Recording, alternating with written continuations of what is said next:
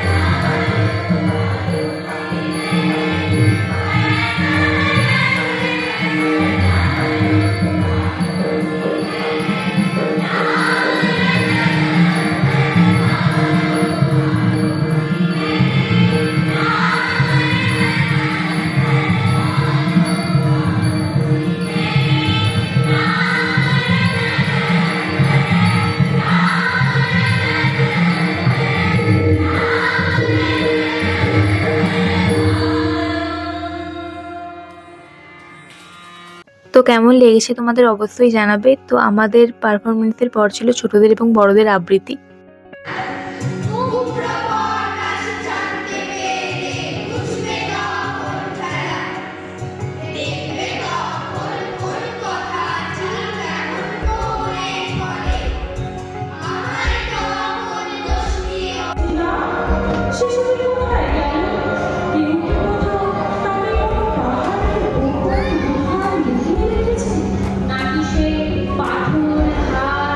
মঞ্চে যিনি গান গাইছেন এনার গানও আমার ভীষণ ভালো লেগেছিল। তো যাই হোক, আর এখানে তোমাদের যে জাইবেরিয়া ফুলটা দেখাচ্ছিলাম, এটা আমাদের যারা যারা গ্রুপ সং করেছিলাম আমরা সবাইকেই দেওয়া হয়েছিল, কিন্তু আমি আর মাথায় এটা লাগাতে পারিনি, আমি সময় পাইনি বলে।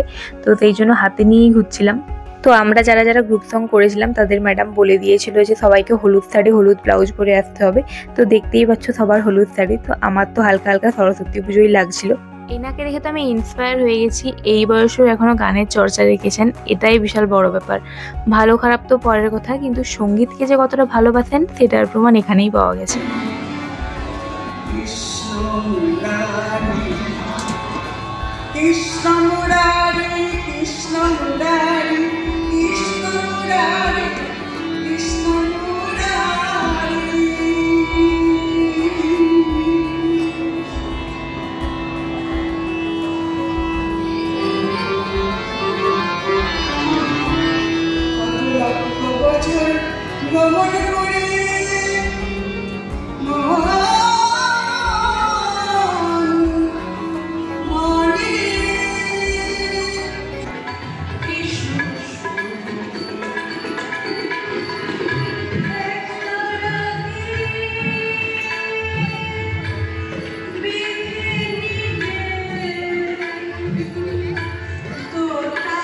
এটা হচ্ছে দুর্গা মন্দিরটা যেখানে আমাদের প্রোগ্রামটা আয়োজিত হয়েছিল। আর এই যে অনুষ্ঠানটা পুরোপুরি ক্লাসিক্যাল মিউজিকের ওপর হচ্ছিল। আর আজকের অনুষ্ঠানের মূল আকর্ষণ ছিল একজন বিখ্যাত মহিলা তবলাবাদক রিম্পা সিড।